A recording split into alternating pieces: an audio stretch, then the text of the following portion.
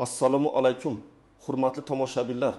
Bugun sizning e'tiboringizga juda ham muhim, hayotingizni tubdan o'zgartirishi mumkin bo'lgan bir yangilikni havola etmoqchiman. Gap shundaki, qabul qilindi iborasi ortida yotgan ma'no, ya'ni yaqinda qabul qilingan va endi kuchga kirayotgan bir qonun yoki me'yoriy hujjat haqida so'z boradi. Bu ma'lumot har bir fuqaro uchun o'ta muhim. Hech kim chetda qolmaydi. Chunki u sizning kundalik hayotingizga, davlat bilan munosabatlaringizga, mulkingizga va hatto kelajakdagi rejalaringizga bevosita ta'sir qiladi. Shu sababli iltimos videoni oxirigacha diqqat bilan tomosha qiling. Hozirdayoq kanalimizga obuna bo'ling va videoga like bosishni unutmang. Bu bizga yanada foydali kontent yaratishga yordam beradi. Muammoning mohiyati va o'zgarishlar, aziz do'stlar, davlat xizmatlari bilan bog'liq muammolar, bürokratiya va ortiqcha hujjatbozlik uzoq yillar davomida ko'plab yurtdoshlarimizning bosh og'rig'iga aylangan edi. Esingizdami? Biror bir ma'lumotnoma olish uchun necha soatlab navbatlarda turar edik. Yoki bitta ruxsatnoma uchun turli idoralar eshigini taqillatib, ularning har birida alohida talablar, alohida hujjatlar to'plamini yig'ishga majbur bo'lar edik. Bu jarayonlar nafaqat vaqt va asabni olardi, balki korrupsiyaning ham avj olishiga zamin yaratardi. Misol uchun, shaharsozlikda qurilish uchun ruxsat olish jarayoni shunchalik murakkab ediki, ba'zi holatlarda tadbirkorlar va fuqarolar oylardan beri biror aniq javob kutib sarson bo'lar edi. Qog'oz hujjatlar to'plami bir idoradan ikkinchisiga jo'natilib, yo'qolib qolishi yoki kech yetib borishi natijasida ishlar cho'zilib ketar edi. Kadastr sohasida ham vaziyat shunga o'xshash edi. Bitta mulkni ro'yxatdan o'tkazish uchun bir nechta instansiyalarga murojaat qilish, har biridan alohida xulosa olish zarurati bor edi. Bularning hammasi eski tizimning samarasizligini yaqqol ko'rsatib turar edi. Endi esa vaziyat tubdan o'zgardi. Yaqinda O'zbekiston Respublikasining fuqarolar va tadbirkorlik subyektlariga davlat xizmatlari ko'rsatish tartibini takomillashtirish to'g'risidagi yangi qonun qabul qilindi. Bu qonun birinchi navbatda fuqarolarning hayotini soddalashtirishga, davlat idoralarining ochiqligini va shaffofligini oshirishga qaratilgan. Asosiy o'zgarishlar nimadan iborat? Endi ko'plab davlat xizmatlari to'liq raqamlashtiriladi. Bu degani, siz uyda o'tirgan holda kompyuter yoki smartfon orqali kerakli hujjatlarni topshirishingiz, ma'lumotnomalarni olishingiz, ruxsatnomalar uchun ariza berishingiz mumkin bo'ladi. Idoralararo elektron ma'lumot almashinuvi yo'lga qo'yilishi sababli sizdan boshqa idoralardan ma'lumotnoma olib kelish talab qilinmaydi. Davlat organlari barcha kerakli ma'lumotlarni o'zaro elektron tarzda oladi. Arizalarni ko'rib chiqish muddatlari sezilarli darajada qisqartiriladi va eng muhimi, butun jarayon shaffof bo'ladi. Har bir murojaatning qaysi bosqichda ekanligini onlayn kuzatish imkoniyati paydo bo'ladi. Bu yangi tizim orqali fuqarolar va tadbirkorlar endi kamroq vaqt va resurs sarflab davlat xizmatlaridan tez va samarali foydalanishlari mumkin bo'ladi. Batafsil tahlil. Nimalarni bilish kerak, kimlar xavotirlanishi kerak va kimlar xavotirlanmasa ham bo'ladi keling. Endi ushbu yangi qonun va uning qoidalarini batafsil tahlil qilib chiqaylik. Bilishimiz kerak bo'lgan eng muhim jihat shuki, bu qonun 2004 yilning 1 iyulidan boshlab to'liq kuchga kiradi va uning ta'sir doirasi juda keng. Uning asosiy maqsadi davlat xizmatlarini ko'rsatishda inson omilini kamaytirish, jarayonlarni avtomatlashtirish va shaffoflikni ta'minlash. Qonun jumladan davlat xizmatlari markazlari DXM orqali ko'rsatilgan barcha xizmatlarga, shuningdek yagona interaktiv davlat xizmatlari portali my.gov.uz orqali taqdim etiladigan imkoniyatlarga taalluqlidir. Kimlar xavotirlanishi kerak? Birinchi navbatda ko'pincha davlat xizmatlaridan foydalanadigan fuqarolar va tadbirkorlik subyektlari diqqatli bo'lishlari kerak. Bu yangilik ayniqsa quyidagi toifadagi shaxslarga bevosita ta'sir qiladi. 1. Mulkini ro'yxatdan o'tkazmoqchi bo'lganlar. Ko'chmas mulk, transport vositalari. 2. Qurilish yoki rekonstruksiya ishlariga ruxsatnoma olmoqchi bo'lgan shaxslar va tashkilotlar. 3. Tadbirkorlik faoliyatini boshlash, litsenziyalar yoki ruxsat beruvchi hujjatlar olish niyatida bo'lgan tadbirkorlar. 4. Ijtimoiy nafaqalar, moddiy yordam yoki boshqa imtiyozlar olish uchun murojaat qiluvchi fuqarolar. 5. Davlat maktabgacha ta'lim muassasalariga farzandni joylashtirish uchun navbatga turgan ota-onalar. 6. Shaxsiy hujjatlarini, pasport, ID karta, haydovchilik guvohnomasi yangilamoqchi yoki olmoqchi bo'lgan fuqarolar.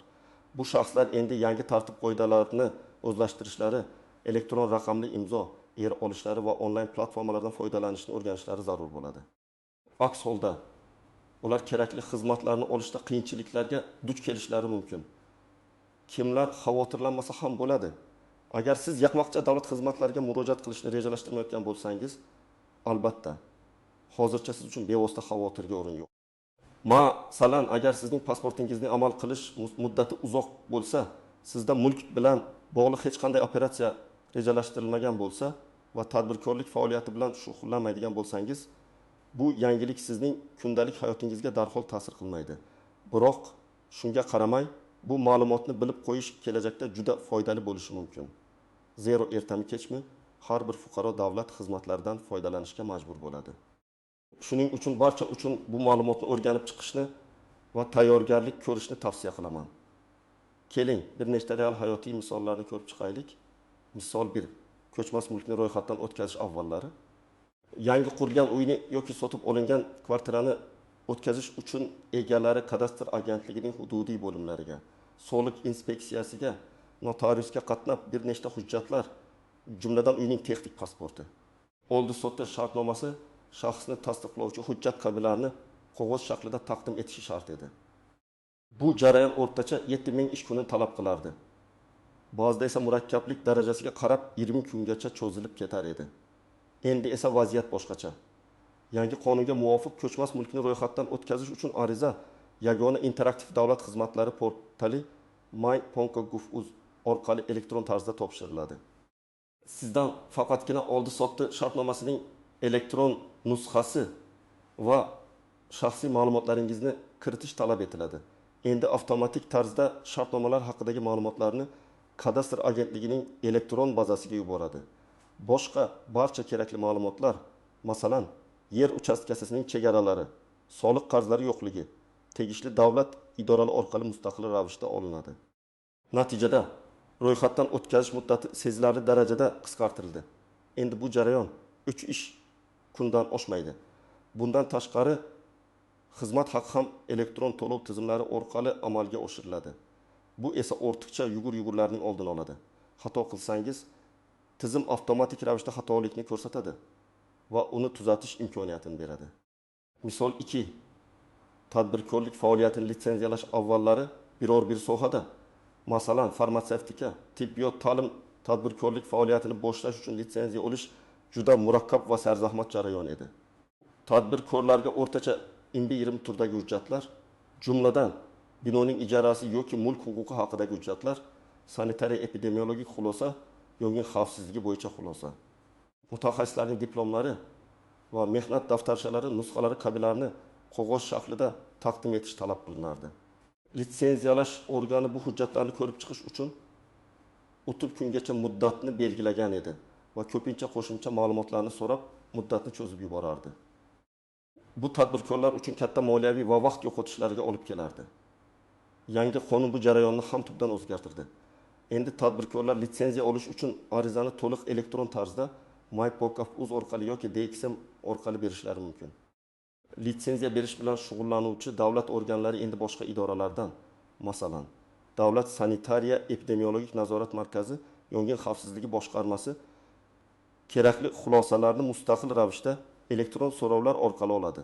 Tadbirkordan faqatgina asosiy ma'lumotlar va agar kerak bo'lsa, mutaxassislarning elektron diplom nusxalari talab qilinadi. Jarayonning umumiy muddati esa 15 kungacha qisqartirildi. Ba'zi litsenziyalar uchun hatto 7 kun ichida ham javob olish imkoniyati yaratildi.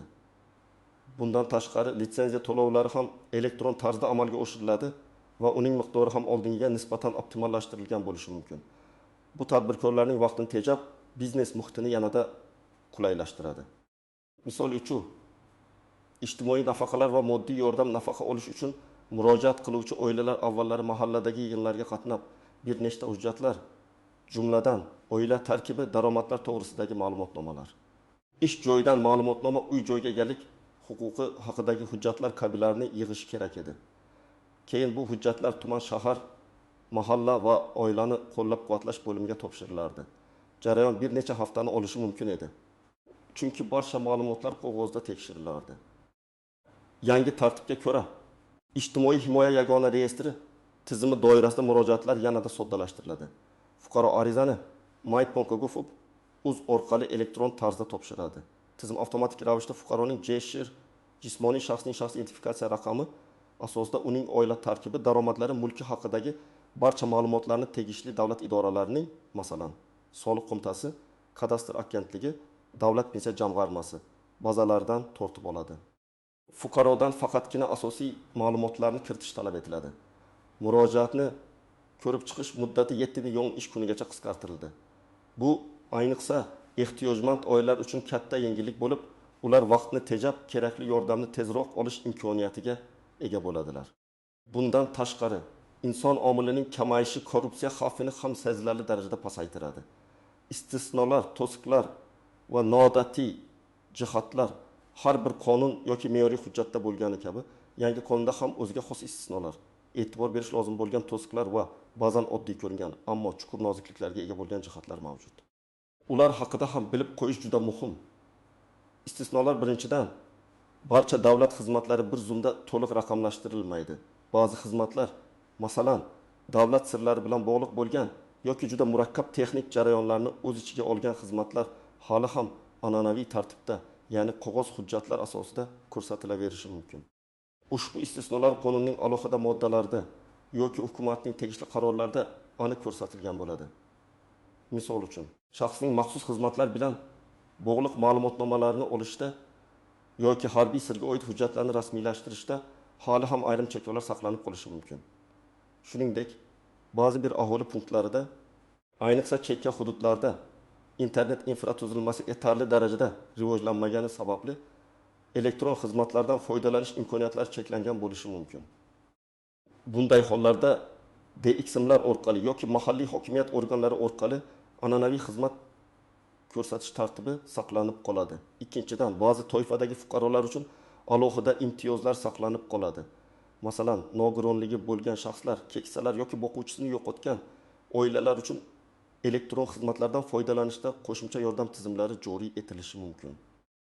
Ularga DXM xodimlari tomonidan bepul yordam ko'rsatilishi yoki uyga borib xizmat ko'rsatish tizimi yo'lga qo'yilishi mumkin. Bu istisnolar yangi tizim ijtimoiy adolat tamoyillariga zid kelmasligini ta'minlashga qaratilgan. To'siqlar va noodatiy jihatlar. Elektron raqamli imzo eri bilan bog'liq muammolar. Yangi tizimda aksariyat operatsiyalar eri orqali tasdiqlanadi. Agar sizda hali bo'lmasa, uni olish uchun murojaat qilishingiz kerak bo'ladi. Ba'zi fuqarolar uchun olish jarayoni yoki undan foydalanish texnik jihatdan murakkab tuyulishi mumkin. Kalitining yo'qolishi yoki uning muddati tugashi ham katta muammolarni keltirib chiqarishi mumkin. Misol uchun, tadbirkor Fozil akada kaliti bo'lgan USB fleshka yo'qolib qoldi. U elektron tarzda shartnoma imzolay olmadi va buning oqibatida muhim savdo bitimi kechikib, unga jiddiy moliyaviy zarar yetdi. Bunday vaziyatlarning oldini olish uchun ni ehtiyot qilib saqlash va uning amal qilish muddatini muntazam tekshirib turish muhimdir. 2. Axborot tizimlaridagi texnik nosozliklar. Har qanday yangi raqamli tizimda dastlabki bosqichlarda texnik nosozliklar, serverlar yuklamasining oshishi yoki internet aloqasining uzilishi kabi muammolar yuzaga kelishi mumkin. Bu esa arizalarni topshirish yoki ma'lumotlarni olish jarayonini vaqtincha to'xtatib qo'yishi mumkin. Masalan, bir fuqaro kadastr hujjatini rasmiylashtirish uchun ariza berdi, ammo tizimdagi texnik profilaktika ishlari tufayli uning arizasi 2 kun davomida ko'rib chiqilmadi. Bunday holatlarda kutish yoki DXM ga bevosita murojaat qilish zarur bo'ladi. Davlat organlari bunday holatlarni kamaytirish uchun tizimlarni doimiy takomillashtirib borishi kerak. 300. Ma'lumotlar xavfsizligi va maxfiyligi barcha shaxsiy ma'lumotlarning yagona elektron tizimda jamlanishi ma'lumotlar xavfsizligi masalasini yanada dolzarb qiladi. Fuqarolar o'z ma'lumotlarining xavfsizligiga ishonch hosil qilishlari kerak. Davlat bu borada eng zamonaviy himoya vositalarini qo'llashi va ma'lumotlar buzilishi holatlarining oldini olish shart. Agar ma'lumotlar oshkor bo'lsa yoki noto'g'ri ishlatilsa, fuqarolar huquqlarini himoya qilish mexanizmlari aniq belgilangan bo'lishi lozim. Misol uchun, shifokor Xolmatov onlayn portal orqali farzandini bog'chaga ro'yxatdan o'tkazdi. Oradan bir necha kun o'tib, uning nomiga notanish kompaniya tomonidan reklama xabarlari kela boshladi. Bu holat uning shaxsiy ma'lumotlari qandaydir tarzda uchinchi shaxslarga o'tib ketgan bo'lishi mumkinligidan dalolat beradi. Bunday vaziyatlarga yo'l qo'ymaslik uchun tizimda ma'lumotlar almashinuvi tartibi qat'iy belgilanishi lozim. 4. Davlat idoralari xodimlarining tayyorgarligi yangi tizimga o'tish nafaqat fuqarolardan, balki davlat idoralarining xodimlaridan ham yangi bilimlarni va ko'nikmalarni talab qiladi. Ba'zi xodimlar texnologiyalar bilan ishlashda qiyinchiliklarga duch kelishi mumkin. Bu esa xizmat ko'rsatish sifatiga ta'sir qilishi mumkin. Agar xodimlar yangi tizimning imkoniyatlaridan to'liq xabardor bo'lmasa, ular fuqarolarga to'g'ri maslahat bera olmaydilar yoki elektron arizalarni noto'g'ri ko'rib chiqishlari mumkin. Davlat organlari o'z xodimlarini doimiy ravishda o'qitishi va ularning malakasini oshirishi shart. 5. Qonundagi bo'shliqlar va tushunmovchiliklar. Har qanday yangi qonun dastlabki bosqichlarda ba'zi bo'shliqlarga yoki tushunmovchiliklarga ega bo'lishi mumkin. Bu holatlarda qo'shimcha tushuntirishlar, me'yoriy hujjatlar yoki qonunga o'zgartishlar kiritish talab etilishi mumkin. Fuqarolar va tadbirkorlar har qanday tushunmovchilik yuzaga kelganda huquqshunoslardan maslahat olishlari yoki tegishli davlat organlariga murojaat qilishlari kerak. Amaliy tavsiyalar. Siz nima qilishingiz kerak? Aziz tomoshabinlar, endi eng muhim qismga o'tamiz. Bu yangi qonun doirasida siz nima qilishingiz kerak? Qanday amaliy qadamlarni amalga oshirish orqali o'zingizni yangi tizimga tez va oson moslashtirishingiz mumkin? Mana siz uchun aniq ko'rsatmalar. Qonun hujjatlari bilan tanishing. Eng birinchi qadam bu yangi qonun va uning ostida qabul qilingan me'yoriy hujjatlar, qarorlar, yo'riqnomalar bilan tanishib chiqish. O'zbekiston Respublikasining fuqarolar va tadbirkorlik subyektlariga davlat xizmatlari ko'rsatish tartibini takomillashtirish to'g'risidagi qonuni nomi bilan qidirib toping. Barcha rasmiy qonun hujjatlari Rabul.lek.uz saytida e'lon qilinadi. Aynan shu yerda siz qonunning to'liq matnini, barcha moddalarini va ularning talqinini o'rganishingiz mumkin. Bu sizga qonunning umumiy ruhini tushunishga va qaysilar sizga bevosita ta'sir qilishini aniqlashga yordam beradi. 2. Elektron raqamli imzo. Eri oling. Agar sizda hali eri bo'lmasa, uni darhol olishingiz shart. Eri ko'pgina elektron davlat xizmatlaridan foydalanish uchun majburiy hisoblanadi. Eri olish uchun Davlat xizmatlari markaziga DXM yagona interaktiv davlat xizmatlari portali my.uz eri olish bo'limi orqali onlayn ariza berishingiz mumkin. Eri olish uchun sizga shaxsni tasdiqlovchi hujjat, pasport yoki ID karta va J-shar kerak bo'ladi. Ba'zi hollarda erini elektron shaklda, masalan, mobil ilovalar orqali ham olish imkoniyati mavjud. Eri kaliti sizga USB fleshka ko'rinishida beriladi va u sizning elektron imzoingiz vazifasini o'taydi. Uni juda ehtiyotkorlik bilan saqlashni unutmang, chunki u sizning shaxsiy ma'lumotlaringiz va huquqlaringiz himoyasidir. my.uz portalida ro'yxatdan o'ting.